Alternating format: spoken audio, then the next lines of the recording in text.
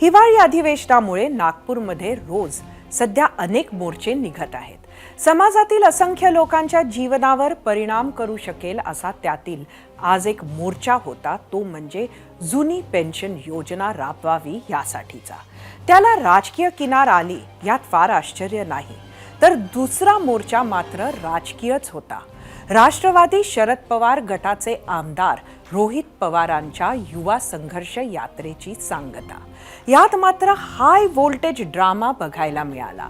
या दोन्ही मोर्चांचा आपण आढावा घेणार आहोत। तर पहिले आपण नजर टाकूया रोहित पवारांच्या युवा संघर्ष यात्रेवर। नागपूरमध्ये युवा संघर्ष यात्रेची समारोप सभा पार पडली। मागण्यांचं निवेदन स्वीकारण्यासाठी सरकारनं आपला एक प्रतिनिधी इथे पाठवावा अशी मागणी रोहित पवार यांच्याकडून आपल्या भाषणात वारंवार केली जात होती।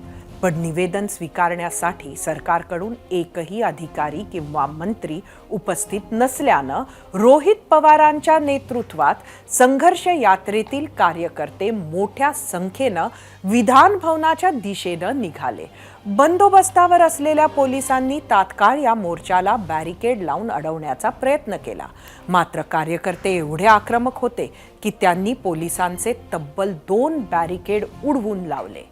अखेरीस 0 माईल टी पॉइंट वर या मोर्चाला थांबवण्यात पोलिसांना यश आलं। यावेळी पोलिसांनी रोहित पवारांसह काही आंदोलकांनाही ताब्यात घेतलं। कार्यकर्त्यांच्या घोळक्यातून रोहित पवारांना ताब्यात घेताना पोलिसांना बराच घाम गाळावा लागला। यावेळी काहींशी पोलिसांना संघर्षही करावा लागला। महत्त्वाची बाब म्हणजे विधान भवनाच्या दिशेनं निघालेल्या या युवा संघर्ष यात्रेत मोठ्या प्रमाणात नागपूरमधील युवा काँग्रेसचे तरुण कार्यकर्तेही सहभागी झाले होते। या संपूर्ण प्रकारामुळे परिसरात प्रचंड तणाव आणि गोंधळाचं वातावरण निर्माण झालं होतं। या सर्व राड्यानंतर मुख्यमंत्री एकनाथ शिंदे यांनी रोहित पवारांना चर्चेसाठी बोलावलं। मुख्यमंत्र्यांच्या निमंत्रणानंतर रोहित पवार शिष्टमंडळासह मुख्यमंत्र्यांची भेट घेण्यासाठी विधान भवनात दाखल झालेत। मात्र रोहित पवार यांच्या याच संघर्ष यात्रेवर होता आपला आजचा दुसरा प्रश्न। तोच प्रश्न पाहण्यासाठी आपण जाऊया आपल्या पोल सेंटरला। आजचा आपला दुसरा प्रश्न होता, रोहित पवार यांच्या युवा संघर्ष यात्रेचा शरद पवार गटाला फायदा होईल का? तुम्हाला तुमचं मत सांगायचं होतं, होय किंवा नाही। आपण रोहित पवार आणि युवा संघर्ष यात्रेचा अनालिसिस करणार आहोतच, पण त्याआधी नागपुरातील आणखी एका मोर्चाची बातमी। जुनी पेन्शन योजना लागू करावी म्हणून मोठ्या प्रमाणात सरकारी कर्मचारी नागपुरात रस्त्यावर उतरले। सरकारी, निमसरकारी कर्मचारी, शिक्षक, शिक्षकेतर कर्मचारी समन्वय समिती जुन्या पेन्शनसाठी आग्रही आहे। या मागणीसाठी समितीनं गुरुवार म्हणजे 14 डिसेंबर पासून बेमुदत संपाचे शस्त्र पुन्हा उगारले आहे। राज्यातील 17 लाख कर्मचारी या संपात सहभागी होणार आहेत। प्रत्येक अधिवेशनात सरकारी कर्मचारी ही मागणी घेऊन आंदोलन करतात, पण अद्याप त्यांच्या आंदोलनाला यश आलेलं नाही। या मोर्चेकरांशी माजी मुख्यमंत्री आणि उबाठा गटाचे नेते उद्धव ठाकरेंनी संवाद साधत त्यांना पाठिंबा जाहीर केला। तसंच पेन्शनसाठी सरकारमधील लोकांना टेन्शन द्या असे आवाहनही त्यांनी आंदोलकांना केले। तर उपमुख्यमंत्री देवेंद्र फडणवीसांनी संपावर न जाण्याचं आवाहन करताना राज्याचा आर्थिक ताळेबंद पाहून पेन्शनचा निर्णय घेणार असल्याची माहिती दिली, तर निवडणुकीआधीच जुन्या पेन्शनबाबत निर्णय घेण्याची ग्वाही उपमुख्यमंत्री आणि अर्थमंत्री अजित पवारांनी दिली। जर मी मुख्यमंत्री असतो तर आजचा हा तुम्हाला मोर्चा काढावा लागला नसता।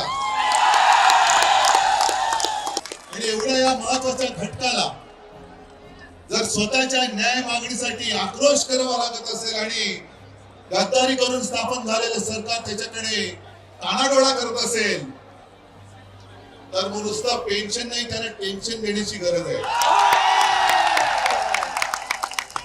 आपण केंद्र सरकारच्या अनुरूप नेहमी आपल्या योजना त्या ठिकाणी करत असतो किंवा आपली वेतनं भत्ते हे त्या अनुरूपच करत असतो।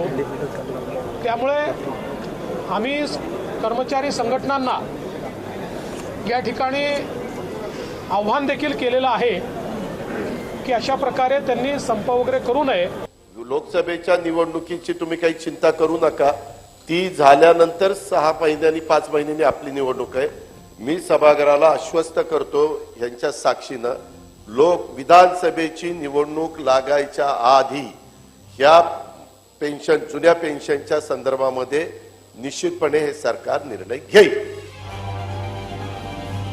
जुन्या पेन्शन योजनेसंदर्भात राज्य सरकारनं 14 मार्च 2023 रोजी माजी सनदी अधिकारी सुबोध कुमारांच्या अध्यक्षतेखाली 3 सदस्य समिती गठीत केली होती। या समितीला अभ्यास करण्यासाठी 2 वेळा मुदत वाढही देण्यात आली होती। या समितीचा अहवाल गेल्या महिन्यात राज्य सरकारला सादर केला होता। मात्र या अहवालावर निर्णय घेण्याअगोदर कर्मचारी संघटनेशी चर्चा करण्याची मागणी करण्यात आली होती। या आंदोलकांच्या मागण्या काय आहेत त्यावर एक नजर टाकूया आपल्या मीडिया सेंटरला।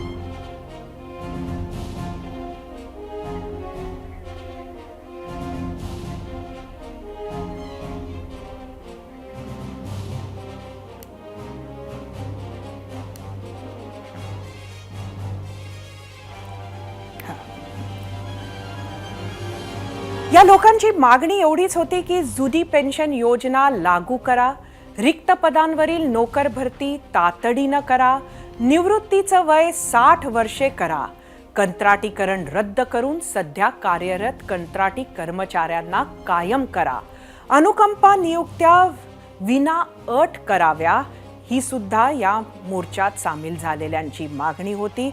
तर शिक्षक आणि शिक्षकेतर कर्मचाऱ्यांच्या पदोन्नतीचाही निर्णय घ्यावा, अशीही मागणी या मोर्चेकरांनी केली होती।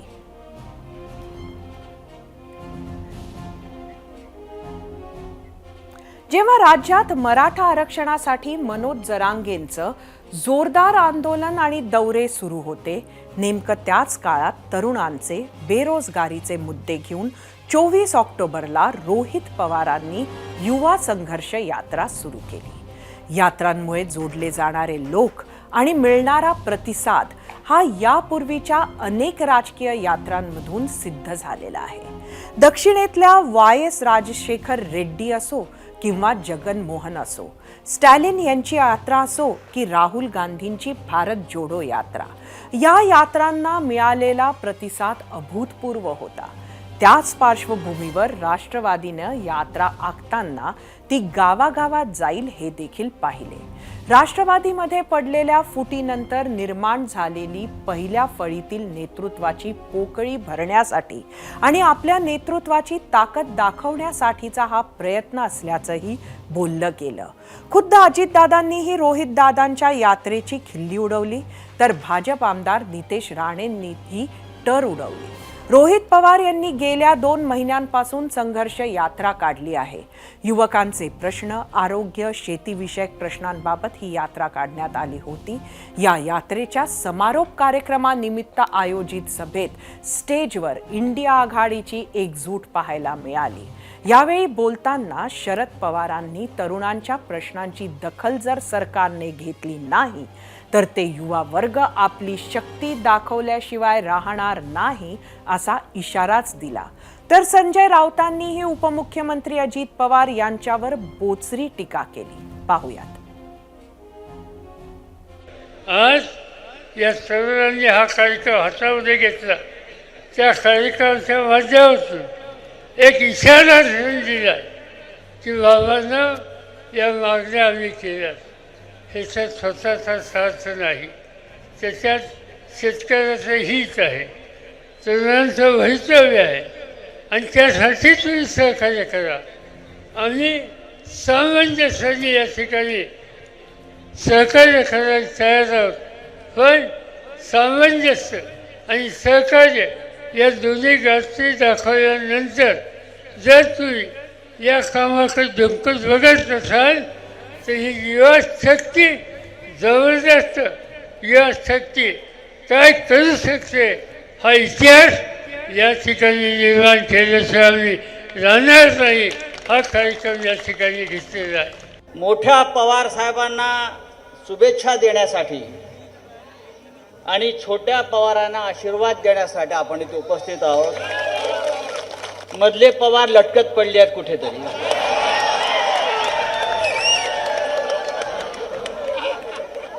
त्यांना लटकतच राहू द्या.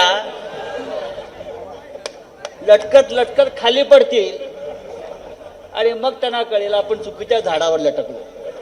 ही मर्दांची सभा आहे. ही लढणाऱ्यांची आणि संघर्ष करणाऱ्यांची सभा आहे. ही पळपुट्यांची गांडीची सभा नाही आहे. या युवा संघर्ष यात्रेवरच आम्ही आज तुम्हाला प्रश्न विचारला होता. त्या प्रश्नावर तुम्ही काय प्रतिक्रिया दिल्या आहेत त्या पाहण्यासाठी जाऊया आपल्या मीडिया सेंटरला. आजचा आपला प्रश्न होता, रोहित पवार यांच्या युवा संघर्ष यात्रेचा शरद पवार गटाला फायदा होईल क्या? सोशल मीडियावर प्रतिक्रिया बघूयात. एक्स वरून तेजस सुरवसे, रोहित पवारांची यात्रा कशासाठी कुणासाठी होती? लोकांना माहीत आहे की सत्तेत असताना तुम्ही काय भूमिका घेता आणि सत्तेत नसताना काय घेता ते. यूट्यूबवरून श्रीनिवास, जर राहुल